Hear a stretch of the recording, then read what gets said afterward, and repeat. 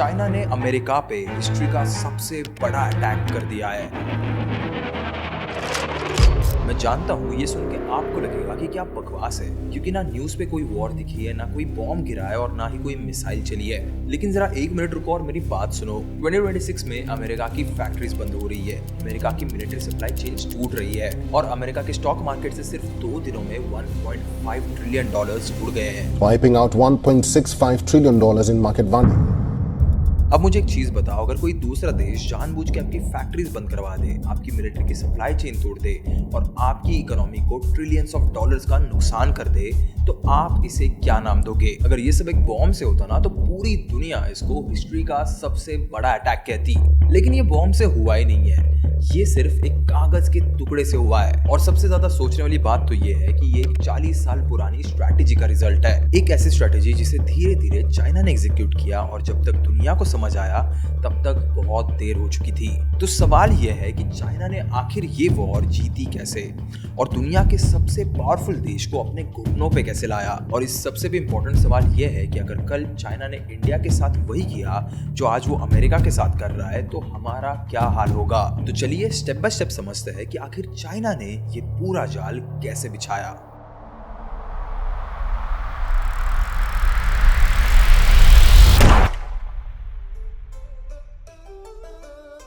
तो ये कहानी शुरू होती है 1978 से, जब चाइना के लीडर डेंग जिंगपिंग ने एक बहुत बड़ा डिसीजन लिया। उन्होंने चाइना की इकोनॉमी को दुनिया के लिए खोल दिया। पहले चाइना एक बंद डिब्बा था जहाँ पे सब कुछ गवर्नमेंट के कंट्रोल में था। लेकिन डेंग जिंगपिंग ने ये सोचा कि अगर चाइना को पावरफुल बनाना है तो पहले चाइना को अमीर बनाना पड़ेगा और ये अमीरी आएगी मैन्युफैक्चरिंग से। तो चाइना ने क्या किया? चाइना ने दुनिया की कंपनीज को एक ऐसी डील ऑफर की जो कोई भी रिफ्यूज नहीं कर सकता था। चाइना ने बोला कि आओ हमारे देश में फैक्ट्री लगाओ, हमारे लेबर्स इतने सस्ते हैं कि तुम्हारा प्रोडक्शन कॉस्ट आधा हो जाएगा। और इन कंपनीज के लिए चाइना ने टैक्सेस ऑलमोस्ट ना के बराबर रखे थे। तो American companies, European companies, Japanese companies सब दौड़े दौड़े चाइना चले गए और इसका रिजल्ट ये रहा कि नाइकी के शूज चाइना में बनने लगे, एप्पल के प्रोडक्ट्स चाइना में असेंबल होने लगे और धीरे धीरे दुनिया भर के मॉल के शेल्फ्स चाइनीज प्रोडक्ट से भर गए। और ये चीज इतनी स्मूथली हुई कि किसी को लगा ही नहीं कि कुछ गलत हो रहा है। अमेरिका को लगा कि अगर हमें प्रॉफिट ज्यादा मिल रहा है तो चाइना से ही ले लेते हैं, हम भी खुश रहेंगे और हमारा कंज्यूमर भी खुश रहेगा। अब इस मैन्युफैक्चरिंग के स्केल को देखने के लिए नंबर्स देखो। 2004 में चाइना का ग्लोबल मैन्युफैक्चरिंग शेयर सिर्फ 8.7% था, लेकिन 2010 तक यानी सिर्फ 6 सालों में चाइना ने अमेरिका को ओवरटेक कर लिया और 2023 के आते आते चाइना का शेयर 29% हो गया, जो कि अमेरिका, जापान, जर्मनी के कंबाइंड शेयर से भी ज्यादा है। आज की डेट में चाइना का मैन्युफैक्चरिंग आउटपुट $4.66 ट्रिलियन है। इसका मतलब ये है कि आज दुनिया में जो कुछ भी बनता है उसका लगभग 1/3 हिस्सा चाइना में बनता है। चाहे फिर वो तुम्हारा फोन हो, तुम्हारे कपड़े हो, लैपटॉप हो, फर्नीचर हो, तुम्हारे गाड़ी के पार्ट्स हो या फिर तुम्हारे हॉस्पिटल के मेडिसिन से क्यों ना हो। और यही वो ट्रैप था जो किसी को दिखा ही नहीं। जब एक अकेला देश दुनिया के 35% प्रोडक्ट की मैन्युफैक्चरिंग करता है तो वो देश सिर्फ एक फैक्ट्री नहीं होता, वो देश ना दुनिया की एक लाइफलाइन बन जाता है। क्योंकि अगर कल को वो देश एक दिन उठ के बोले कि मैंने ये सारी चीजें जो आप यूज करते हो बनाना बंद कर दिया है, तो पूरी दुनिया का सप्लाई चेन कोलैप्स हो जाएगा। और एक्चुअली में 2020 में कोविड के टाइम पे ये हुआ भी। जब चाइना की फैक्ट्रीज बंद हुई तो अमेरिका में मास्क की शॉर्टेज हो गई, यूरोप में मेडिसिन की शॉर्टेज हो गई, हॉस्पिटल में बेसिक इक्विपमेंट्स भी नहीं मिल रहे थे। पूरी दुनिया हेल्पलेस हो गई थी सिर्फ इसीलिए क्योंकि एक देश की फैक्ट्रीज बस कुछ हफ्तों के लिए बंद हो गई थी। लेकिन ये तो सिर्फ पहला स्टेप था, क्योंकि चाइना सिर्फ फैक्ट्री बनाना नहीं चाहता था, चाइना फैक्ट्री बना के एक बहुत बड़ा काम करना चाहता था। देखो, चाइना इस चीज को समझ चुका था कि अगर हम दुनिया की फैक्ट्री है तो हमें ये भी कंट्रोल करना पड़ेगा कि हमारा रॉ मटेरियल कहाँ से आता है। और इसी थॉट के साथ शुरू हुई चाइना की सबसे खतरनाक स्ट्रैटेजी। मुझे एक बात बताओ, क्या आपको पता है कि आपके फोन में, आपके गाड़ी में, आपके लैपटॉप में, यहाँ तक कि अमेरिका के F-35 फाइटर जेट में एक कॉमन चीज है और वो चीज है रेयर अर्थ मिनरल्स। ये ऐसे 17 मिनरल्स है जिनके बिना ना फोन बन सकता है, ना इलेक्ट्रिक कार बन सकती है, ना मिसाइल का गाइडेंस सिस्टम बन सकता है और ना ही कोई मॉडर्न वेपन बन सकता है। इनफैक्ट एक F-35 जेट में 400 किलोग्राम रेयर अर्थ मेटल लगता है और एक सबमरीन में 417 किलोग्राम रेयर अर्थ मेटल लगता है। लेकिन अब सवाल यह है कि इन मिनरल्स को कंट्रोल कौन करता है? तो दुनिया की 70% रेयर अर्थ माइनिंग चाइना में होती है, लेकिन ये जो रेयर अर्थ मेटल्स है ये इतने भी ज्यादा रेयर नहीं है, पूरी दुनिया में ये हर जगह पाए जाते हैं। अब आप कहोगे कि अगर ये इतनी ज्यादा कॉमनली मिलते हैं तो माइनिंग भी बहुत सारे देश करते होंगे, और रेयर अर्थ की 90% प्रोसेसिंग सिर्फ और सिर्फ चाइना में होती है। इसका मतलब ये है कि चाहे तुम ऑस्ट्रेलिया में माइन करो, चाहे ब्राजील में माइन करो, या फिर चाहे अफ्रीका में माइन करो, तुम्हें अपना रॉ मटेरियल चाइना भेजना पड़ेगा प्रोसेसिंग के लिए, क्योंकि पूरे दुनिया में किसी के पास वो टेक्नोलॉजी और इंफ्रास्ट्रक्चर नहीं है जो चाइना ने पिछले 40 साल में बिल्ड किया है। This is China's monopoly in rare earth metals. और ये मोनोपोली ऐसे ही नहीं बनी है, ये एक प्लान स्ट्रेटेजी थी। 1990 में चाइना ने रेयर अर्थ को officially protected strategic resource declare किया। अब ये करने के बाद चाइना ने अपनी ही खुद की गवर्नमेंट बैक सब्सिडीज से रेयर अर्थ की प्रोडक्शन कॉस्ट इतनी ज्यादा कम कर दी कि बाकी दुनिया के सारे माइंस एक एक करके बंद होने लगे, क्योंकि वो प्राइस के मामले में चाइनीज कंपनी से कम्पीट ही नहीं कर पा रहे थे। और फिर इसी तरह रेयर अर्थ मेटल्स का पूरा कंट्रोल चला गया चाइना में। तो जरा सोचो ये कितनी ब्रिलियंट स्ट्रैटेजी है। पहले तुम दुनिया की फैक्ट्री बन जाओ, फिर क्वाइटली वो रॉ मटेरियल कंट्रोल करो जिनके बिना फैक्ट्रीज चल ही नहीं सकती। और जब तक ये स्ट्रैटेजी दुनिया को पता चलेगी तब तक तुम्हारे पास इतना ज्यादा कंट्रोल हो चुका होगा कि कोई आपका कुछ नहीं बिगाड़ सकता। अब ये रेयर अर्थ मेटल्स का ना चाइना के पास एक ट्रम्प कार्ड बन चुका था, और उसने वही कार्ड 2025 में खेला जब यूएस ने उस पर टैरिफ्स लगाए। Whole import-export concept, nobody knew anything about it. China ने टोटल 12 रेयर अर्थ एलिमेंट्स पे एक्सपोर्ट कंट्रोल्स लगा दिए, और सबसे बड़ा झटका ये था कि चाइना ने ये क्लियरली अनाउंस किया कि अब से कोई भी रेयर अर्थ मेटल जो फॉरेन मिलिट्री के लिए यूज होगा उसका एक्सपोर्ट लाइसेंस ऑटोमेटिकली रिजेक्ट होगा।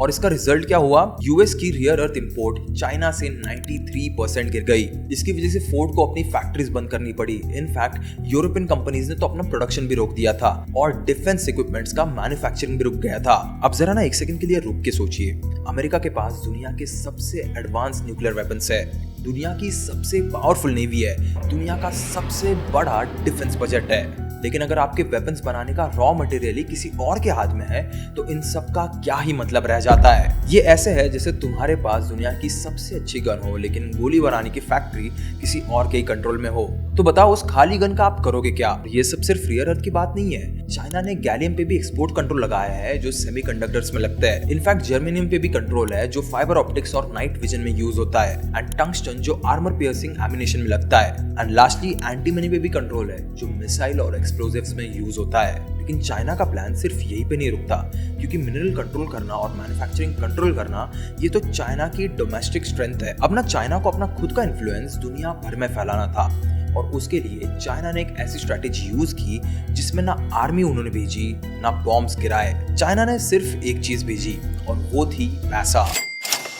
तो जब अमेरिका दुनिया में अपना इन्फ्लुएंस फैलाना चाहता है तो वो क्या करता है? बॉम्ब गिराता है, रिजीम चेंज करता है, मिलिट्री बेसिस लगाता है और सैंक्शंस लगाता है। ईरान इजराइल वॉर में हम लोग ये देख ही चुके हैं। लेकिन चाइना ने अपना इन्फ्लुएंस फैलाने के लिए एक बिल्कुल अलग ही तरीका ढूंढ के निकाला है। चाइना ने सोचा कि हम किसी पे बॉम्ब नहीं गिराएंगे, उल्टा हम उन्हें लोन देंगे। और यही से शुरू हुआ दुनिया का सबसे बड़ा इंफ्रास्ट्रक्चर प्रोजेक्ट जिसका नाम है बेल्ट एंड रोड इनिशिएटिव, यानी BRI।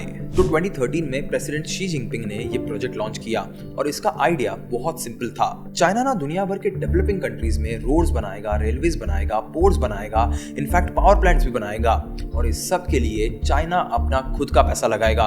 अब जरा सोच के देखो ये डील कितनी ज्यादा स्वीट लग रही है। अगर तुम किसी गरीब अफ्रीकन कंट्री में रहते जहाँ पे ना रोड से ना बिजली है, और कल को चाइना के बोले कि हम यहाँ पे सब कुछ तैयार कर देंगे, तो तुम तुरंत हाँ कह देते। अब इसी स्वीट डील की वजह से दुनिया के 195 में से 150 कंट्रीज BRI का हिस्सा है। 2013 से लेकर अब तक चाइना ने BRI पे $1.4 ट्रिलियन की इन्वेस्टमेंट की है। अब तुम पूछोगे इसमें गलत क्या है? देश डेवलप हो रहा है, इंफ्रास्ट्रक्चर बन रहा है, लोगों को जॉब्स मिल रही है, तो आखिर इसमें प्रॉब्लम क्या है? तो यहाँ पे प्रॉब्लम यह है कि ये लोन्स फ्री नहीं है। ये सारे लोन्स आते हैं एक कंडीशन के साथ, जो मैं आपको एक रियल एग्जांपल से समझाता हूँ। जरा श्रीलंका की कहानी देखो। श्रीलंका ने चाइना से $1 बिलियन से ज्यादा का लोन लिया था। अब चाइना ने इसका पोर्ट बनाया, चाइनीज कंपनी ने इनका कंस्ट्रक्शन किया।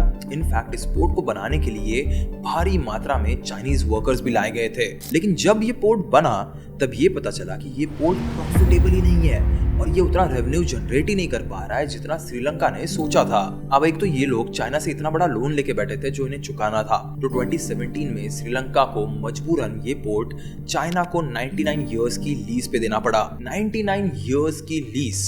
ये तो ब्रिटिश इंडिया के जमाने वाली बात हो गई, जब ईस्ट इंडिया कंपनी ने भी ऐसी एक ट्रेड डील के नाम पे पूरे देश पे कब्जा कर लिया था।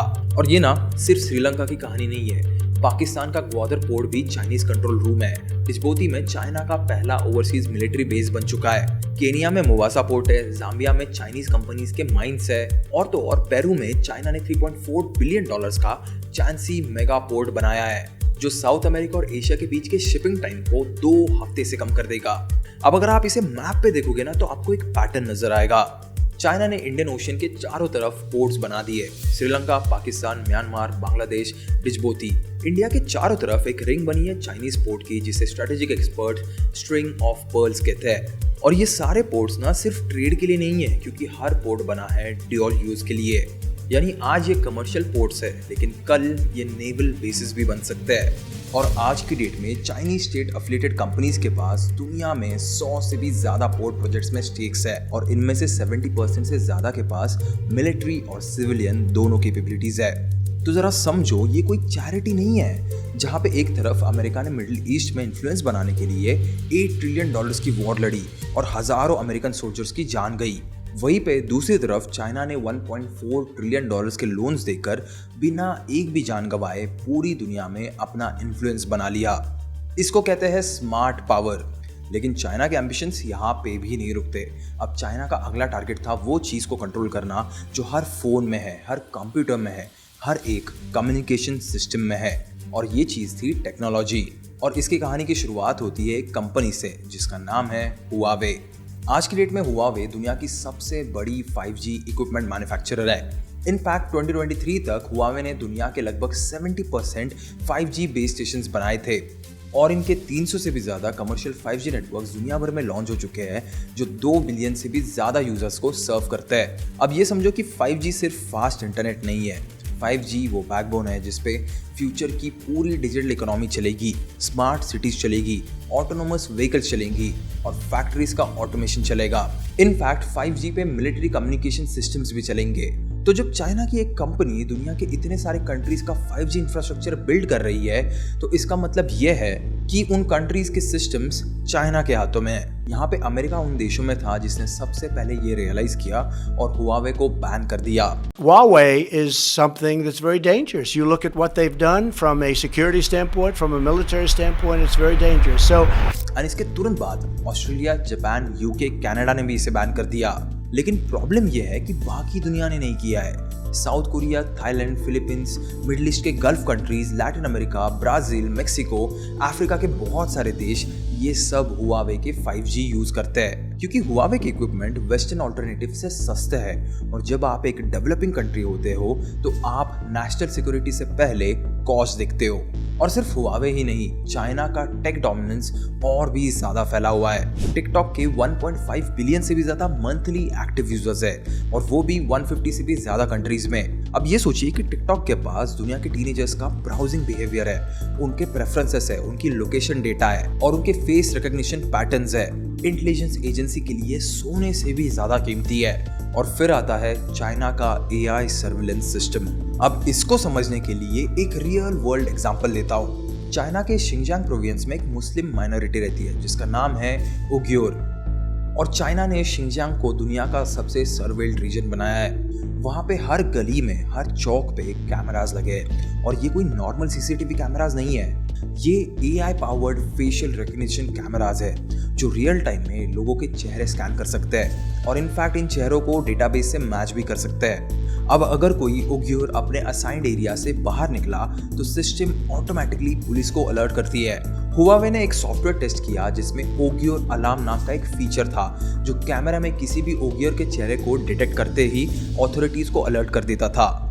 इनफैक्ट उस जगह पे हर घर के दरवाजे पे बारकोड लगा हुआ है, जिससे ये पता चले कि अंदर कौन रहता है और वो किस कैटेगरी का सिटीजन है। यहाँ पे लोगों के फोन्स फोर्सफुली स्कैन किए जाते हैं, उनका DNA कलेक्ट किया जाता है, उनके आइरिस स्कैन होते हैं, और ये सारा डेटा एक सेंट्रल AI सिस्टम में फीड होता है जो ये प्रेडिक्ट करता है कि कौन कब आपके लिए थ्रेट बन सकता है। चाइना में आज एस्टिमेटेड 6 मिलियन सर्विलेंस कैमरा है, यानी हर 7 लोगों पे लगभग 3 कैमरास नजर रख रहे हैं। और अब चाइना ये पूरा सिस्टम बाहर एक्सपोर्ट कर रहा है। रिपोर्ट्स के मुताबिक 80 से ज्यादा कंट्रीज में Chinese surveillance technology install already हो चुकी है। इसका मतलब यह है कि दुनिया के काफी कंट्रीज का सर्विलेंस इंफ्रास्ट्रक्चर चाइनीज टेक्नोलॉजी पे डिपेंडेंट है, और जिस दिन चाइना चाहे वो उस दिन इस डेटा को एक्सेस कर सकता है, क्योंकि चाइना का नेशनल इंटेलिजेंस लॉ ये कहता है कि हर चाइनीज कंपनी और हर चाइनीज सिटीजन को जरूरत पड़ने पे गवर्नमेंट के इंटेलिजेंस एफर्ट में कोऑपरेट करना पड़ेगा। तो जरा एक सेकंड रुक के इस पूरे पिक्चर को देखिए। अगर तुम्हें पता हो कि तुम्हारा दुश्मन क्या सोच रहा है, उसकी आर्मी कहाँ पे मूव कर रही है और उसकी इकोनॉमी कैसे परफॉर्म कर रही है, इनफैक्ट अगर आपको ये भी पता हो कि उसके लीडर्स एक दूसरे से क्या बात कर रहे हैं, तो आप ना वॉर लड़ने से पहले ही जीत जाते हो। लेकिन इतना सब करने के बावजूद भी चाइना के पास अभी भी एक और प्रॉब्लम थी, और वो ये है कि दुनिया का पूरा फाइनेंशियल सिस्टम एक ही करेंसी पे चलता है, और वो है अमेरिकन डॉलर्स। और जब तक डॉलर्स किंग है तब तक अमेरिका किंग है, फिर चाहे चाइना कितना भी पावरफुल क्यों ना हो जाए। अब यही से शुरू होती है चाइना की सबसे रिस्की और सबसे एम्बिशियस स्ट्रैटेजी, जो शायद वर्ल्ड वॉर 3 का भी रीजन बन सकती है। पहले अमेरिका की साइड समझो। आज दुनिया के 59% फॉरेन एक्सचेंज रिजर्व्स डॉलर्स में है, और दुनिया का 80% से भी ज्यादा ऑयल ट्रेड डॉलर्स में होता है। और जब तक हर देश को ट्रेड करने के लिए डॉलर्स चाहिए, तब तक अमेरिका के पास एक ऐसी सुपर पावर है जो किसी और के पास नहीं है, और वो ये है कि अमेरिका जितने चाहे उतने डॉलर्स प्रिंट कर सकता है, और दुनिया को वो डॉलर्स एक्सेप्ट करने पड़ेंगे। अब इस सारे फंडे को समझो एक सिंपल एग्जांपल से। अगर सऊदी अरेबिया को इंडिया को ऑयल बेचना है, तो पहले इंडिया को अपने रुपीस बेच के डॉलर्स खरीदने पड़ेंगे, और फिर ही इंडिया उन डॉलर्स का यूज करके सऊदी अरेबिया से ऑयल खरीद पाएगा। यानी एक चीज जो इंडिया और सऊदी अरेबिया के बीच में हो रही है, उसमें भी अमेरिका बैठा हुआ है, और इस सिस्टम को दुनिया पेट्रो डॉलर कहती है। पूरी कहानी अगर आपको इसके बारे में जाननी है तो आप जाके मेरी इस वाली वीडियो को चेक कर सकते हो। ऐसे ऐसे फैक्ट्स आपको इस वीडियो में सुनने मिलेंगे जो आपने कभी भी नहीं सुने होंगे। अब वापस आते इस वीडियो पे, तो चाइना ने इस पेट्रो डॉलर को काउंटर करने के लिए क्या किया। 2018 में शांघाई इंटरनेशनल एनर्जी एक्सचेंज पे yuan denominated crude oil futures launch किए। सुनने में बहुत ज्यादा कॉम्प्लेक्स लगता है, लेकिन इसका मतलब ये था कि ऑयल का ट्रेड सिर्फ अभी डॉलर्स में नहीं होगा, अभी ऑयल ट्रेड युआन में भी हो सकता है। दूसरा काम जो चाइना ने यहाँ पे किया वो ये था कि रशिया के साथ अपना पूरा बायलैटरल ट्रेड युआन और रूबल्स में शिफ्ट कर दिया, और इसी वजह से आज चाइना और रशिया के बीच में जो भी ट्रेड होता है उसमें डॉलर्स का कोई रोल नहीं है। ब्राजील और चाइना ने 2023 में yuan real trade agreement sign किया, और इसके बाद आता है सबसे बड़ा काम, चाइना ने CIPS बना दिया, यानी cross border interbank payment system, जो बेसिकली स्विफ्ट का ऑल्टरनेटिव है। अब ये स्विफ्ट वो सिस्टम है जिसके थ्रू पूरे दुनिया के बैंक्स एक दूसरे को पैसे भेजते हैं, और इस सिस्टम पे पूरा का पूरा कंट्रोल अमेरिका का है। अब जब रिसेंटली रशिया पे सैंक्शंस लगाए गए थे, तो अमेरिका ने रशिया को स्विफ्ट से कट ऑफ कर दिया। The second best alternative for Russia was China's CIPS। तो आज की डेट में ना चाइना बाकी कंट्रीज की भी हेल्प कर रहा है US डिपेंडेंसी हटाने में। इनफैक्ट CIPS के पास जनवरी 2025 तक 119 कंट्रीज के 4,800 से भी ज्यादा बैंक्स कनेक्टेड थे, और 2024 में CIPS ने $24.47 ट्रिलियन के ट्रांजैक्शंस प्रोसेस किए, जो पिछले साल से 43% ज्यादा थे। और ये सिस्टम इतना ज्यादा फास्ट है कि आप सोच भी नहीं सकते। एक CIPS पेमेंट हांगकांग से अबू धाबी का 7 सेकंड में सेटल हो सकता है, जबकि वही चीज स्विफ्ट से करने को आपको 3 से 5 दिन लग सकते हैं, और ऊपर से CIPS की फीस भी 98% कम है। अब जरा याद करो, मैंने पिछली वाली वीडियो में गद्दाफी की कहानी बताई थी। तो जब गद्दाफी ने गोल्ड डिनार बना के डॉलर्स को चैलेंज करने की कोशिश की, तो अमेरिका ने नेटो के थ्रू उसके कंट्री लीबिया पे बॉम्ब्स गिराए, और गद्दाफी को सड़क पे घसीट के मारा गया। दूसरी तरफ जब सद्दाम हुसैन ने ऑयल ट्रेड यूरो में करने की बात की, तो अमेरिका ने इराक पे अटैक कर दिया। जिसने भी डॉलर को चैलेंज किया, अमेरिका ने उसे फिजिकली डिस्ट्रॉय किया। लेकिन अमेरिका चाइना के साथ ये गेम नहीं खेल सकता, क्योंकि चाइना के पास है दुनिया की दूसरी सबसे बड़ी इकोनॉमी, दुनिया का सबसे बड़ा नेवी फ्लीट और न्यूक्लियर वेपन्स और एक ऐसा 1.4 बिलियन लोगों का मार्केट जिसके बिना वेस्टर्न कंपनीज सरवाइव ही नहीं कर सकती। तो चाइना वो काम कर रहा है जो कद्दाफी और सद्दाम करना चाहते थे, लेकिन उनके पास पावर नहीं थी। आज की डेट में चाइना के पास वो पावर है और इसीलिए चाइना डॉलर को धीरे धीरे चैलेंज कर रहा है और अमेरिका कुछ भी नहीं कर पा रहा। लेकिन अब आता है सबसे जरूरी सवाल कि इस पूरे खेल में इंडिया कहाँ पे खड़ा है और हम इंडियंस को क्या करना चाहिए। अब ये चीज़ें मैं आपको नंबर से काफ़ी अच्छे से समझा पाऊंगा। 2024-25 में इंडिया का ट्रेड डेफिसिट चाइना के साथ रिकॉर्ड 99.2 बिलियन डॉलर हो गया है और 2025 में ये 106 बिलियन डॉलर तक पहुंच चुका है। ट्रेड डेफिसिट मतलब सिंपल वर्ड्स में ये है कि हम चाइना से 113 बिलियन डॉलर्स का सामान खरीद रहे हैं, लेकिन चाइना को सिर्फ 14 बिलियन डॉलर्स का सामान बेच पा रहा है। सिर्फ जनवरी से अक्टूबर 2025 के बीच में इंडिया ने चाइना से 38 बिलियन डॉलर्स के इलेक्ट्रॉनिक्स इंपोर्ट किए थे, जिसमें mobile phone components 8.6 billion dollars के थे, इंटीग्रेटेड सर्किट्स 6.2 बिलियन डॉलर्स के थे और लैपटॉप्स 4.5 बिलियन डॉलर्स के थे। उसके बाद मशीनरी इंपोर्ट्स 25.9 बिलियन डॉलर्स के थे and organic chemicals 11.5 billion dollars के थे, जिसमें 1.7 बिलियन डॉलर के सिर्फ एंटीबायोटिक्स के APIs थे। अब इसी के साथ आती है सबसे डरावनी बात। इंडिया दुनिया का तीसरा सबसे बड़ा फार्मास्यूटिकल प्रोड्यूसर है, लेकिन इंडिया के फार्मा इंडस्ट्री के 70 से 80% API यानी एक्टिव फार्मास्यूटिकल इंग्रेडिएंट्स चाइना से आते हैं। अब इसका मतलब यह है कि अगर चाइना बोले कि हम APIs भेजना कल को बंद कर देंगे तो इंडिया में पैरासीटामोल जैसी रोजमर्रा की मेडिसिन तक का शॉर्टेज हो जाएगा। और ये सिर्फ फार्मा की बात नहीं है, इंडिया के स्मार्टफोन में 75 से 85% तक के पार्ट्स चाइनीज है। हम बस मेक इन इंडिया का टैग लगा के बहुत प्राउड फील करते हैं, लेकिन एक्चुअली में हम बस असेंबल इन इंडिया कर रहे हैं, क्योंकि जितने भी सारे क्रिटिकल कंपोनेंट्स एक स्मार्टफोन में लगते हैं वो अभी भी चाइना से आ रहे हैं। और तो और सोलर पैनल्स के सेल्स चाइना से आते हैं, EVs की बैटरीज चाइना से आती है, टेलीकॉम इक्विपमेंट चाइना से आता है। यानी इंडिया की जो इंडस्ट्री सबसे ज़्यादा फास्ट ग्रोइंग है वो सारी की सारी चाइनीज सप्लाई चेन्स पे डिपेंडेंट है। अब ज़रा सोचिए, अगर चाइना कल को इंडिया के साथ वही करता है जो उसने अमेरिका के साथ किया है तो हमारा हाल क्या होगा। हमारी फैक्ट्रीज रुक जाएगी, हमें दवाइयों की शॉर्टेज हो जाएगी, हमारा डिफेंस प्रोडक्शन स्लो हो जाएगा और हमारी इकोनॉमी को एक बहुत बड़ा झटका लगेगा। तो इस पूरी कहानी से हम लोग 3 बहुत इंपॉर्टेंट लेसन सीख सकते हैं। लेसन नंबर 1, 21st सेंचुरी में वॉर्स अब बैटलफील्ड्स पे नहीं लड़ी जाती। अब अगर इंडिया अभी भी अपनी मिलिट्री स्ट्रेंथ पे ही फोकस कर रहा है और इकोनॉमिक डिपेंडेंसी को इग्नोर कर रहा है तो हम बहुत गलत जगह पे फोकस कर रहे हैं। लेसन नंबर 2, डिपेंडेंसी सबसे बड़ा वेपन है। अमेरिका के पास दुनिया के सबसे एडवांस वेपन है, लेकिन वो वेपन्स बनाने का रॉ मटेरियल चाइना के पास है। इंडिया दुनिया की फार्मेसी है, लेकिन फार्मेसी चलाने के लिए जो रॉ मटेरियल आता है वो चाइना के पास है। अब ये डिपेंडेंसी वो ऐसी इनविजिबल चेन है जिसे चाइना ने पिछले 40 सालों में बनाया है और ये चेन इतनी मजबूत बन चुकी है कि इसे तोड़ना ऑलमोस्ट इम्पॉसिबल है। एंड लेसन नंबर 3 जो सबसे इंपॉर्टेंट है, चाइना ने ये सब कुछ पिछले 40 सालों में किया है। यानी ये एक 40 सालों की कंटिन्यूस स्ट्रैटेजी है जिसमें हर लीडर ने पिछले लीडर का काम आगे बढ़ाया।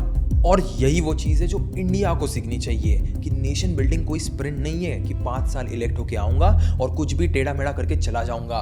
नेशन बिल्डिंग एक मैराथन की तरह है और अगर इंडिया को सच में आगे चल के एक सुपर पावर बनना है तो हमें अगले 30 से 40 साल का प्लान चाहिए जो हर गवर्नमेंट फॉलो करे, चाहे कोई भी पार्टी पावर में हो।